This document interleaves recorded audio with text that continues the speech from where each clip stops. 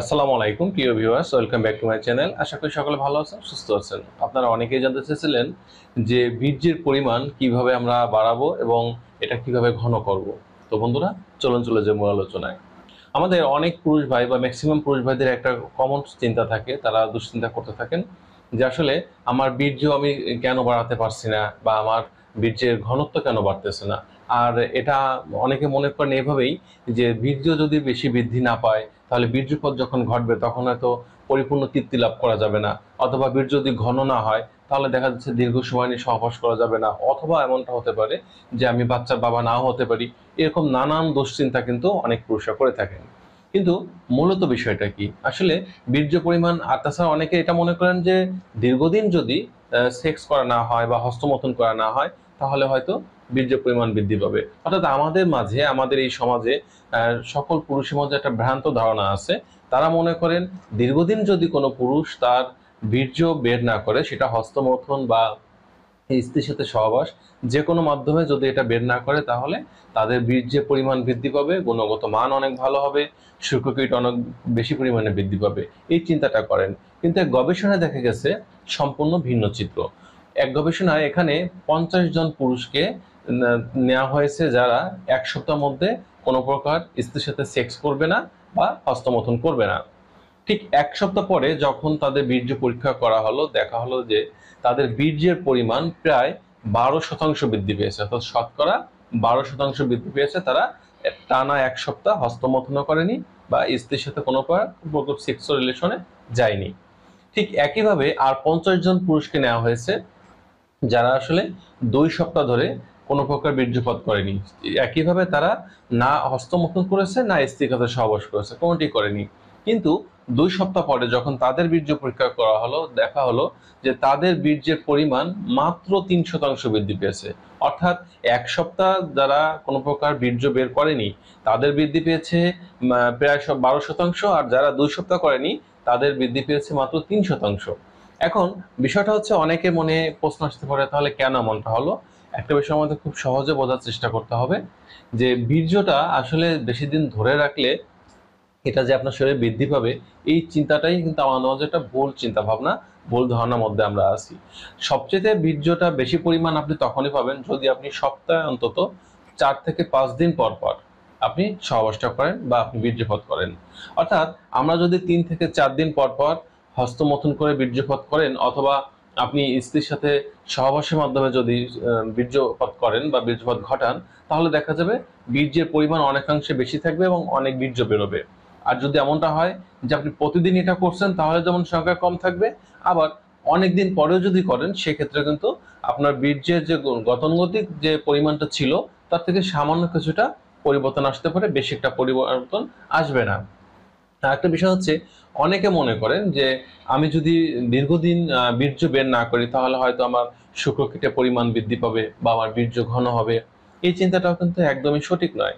বিষয়টা হচ্ছে, আপনি যখন দীর্ঘদিন দেখা যাচ্ছে যে হস্তমৈথুন করলেন না বা স্ত্রীর সাথে সহবাস করলেন না, কোনোভাবে বীর্য বের করলেন না, কিন্তু অনাকাঙ্ক্ষিতভাবে রাতে স্বপ্নের মাধ্যমে কিন্তু আপনার দেখা যাচ্ছে, আমরা এটাকে নাইট ফল বলে থাকি।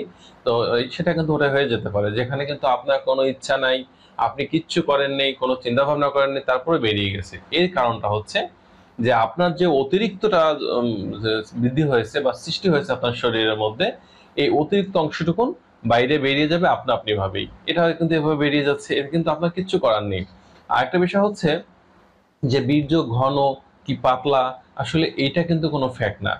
আপনি যদি দেখা যাচ্ছে অতিরিক্ত কোনো বিকৃত যৌনাচারে লিপ্ত না হন, আপনার শারীরিক কোনো সমস্যা না থাকে, সেক্ষেত্রে আপনার বীর্য ঘন বা পাতলা যাই হোক না কেন, সেটা কিন্তু আপনার সহবাসে সময় বৃদ্ধি করতে কোনো ভূমিকা তেমন একটা রাখবে না। এটা নির্ভর করবে আপনার কিছু টেকনিক, আপনার শারীরিক সক্ষমতা এর উপরে।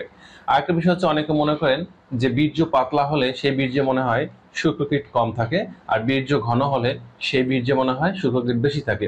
এই চিন্তাটা বর্তমানে ভুল প্রমাণিত হয়েছে। একটা বিষয় আমাদের বুঝতে হবে যে অনেক সময় আমরা যখন রোগীদের বীর্য পরীক্ষা করাতে দেই, তখন আমরা যেটা দেখতে পাই, অনেক পুরুষের বীর্য দেখা যায় যে পাতলা, কিন্তু যখন পরীক্ষা করা হয় তখন দেখা যায় যতটুকুন অ্যাক্টিভ শুক্রকীট দরকার ছিল সেটা কিন্তু আছে।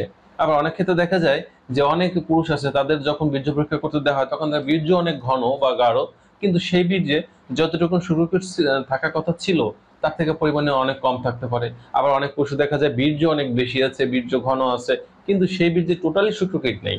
এই জন্য আমাদের যে ভুল চিন্তা ভাবনার মধ্যে আমরা আছি, এখান থেকে বেরিয়ে আসার চেষ্টা করতে হবে। আপনি দীর্ঘদিন গ্যাপ দিলেন তার মানে এটা না যে আপনার শরীরে প্রচুর পরিমাণে শুক্রকিট বাড়বে, বীর্য অনেক বাড়বে, এরকম না। শরীরের যে এক্সট্রা অংশ যেটা মানে আপনার শুক্রথলিতে যখন থলিটা যখন পরিপূর্ণ হয়ে যাবে, বীর্য থলি যখন পরিপূর্ণ হয়ে যাবে, তখন আপনা আপনি ভাবে কিন্তু এক্সট্রা অংশটুকুন বাইরে যে কোনো মাধ্যমে বেরিয়ে আসবে। সেটা হতে পারে আপনার প্রস্রাবের সাথে ক্ষয় যাওয়া বলি আমরা, সে মাধ্যমে বেরিয়ে আসতে পারে, অথবা নাইট ফলের মাধ্যমে হতে পারে, যে কোনো মাধ্যমে এটা কিন্তু বেরিয়ে আসবে। এখন একটা বিষয় হচ্ছে যে তাহলে আমাদের বীর্য পরিমাণ যদি আমরা ভালো করতে চাই, বৃদ্ধি করতে চাই, ঘন করতে চাই, শুক্রকিট গুলো ভালো রাখতে চাই, তাহলে আমাদের করণীয় কি? এই ক্ষেত্রে যেটা করতে হবে, সবসময় একটা বিষয় মাথায় রাখতে হবে যে আমাদের এই বীর্য ভালো রাখতে হলে, গুণগত মান ভালো রাখতে হলে, শুক্রকিট বৃদ্ধি করতে হলে স্বাস্থ্যকর জীবন ও পুষ্টিকর খাবার দিকে বেশি খেয়াল রাখতে হবে।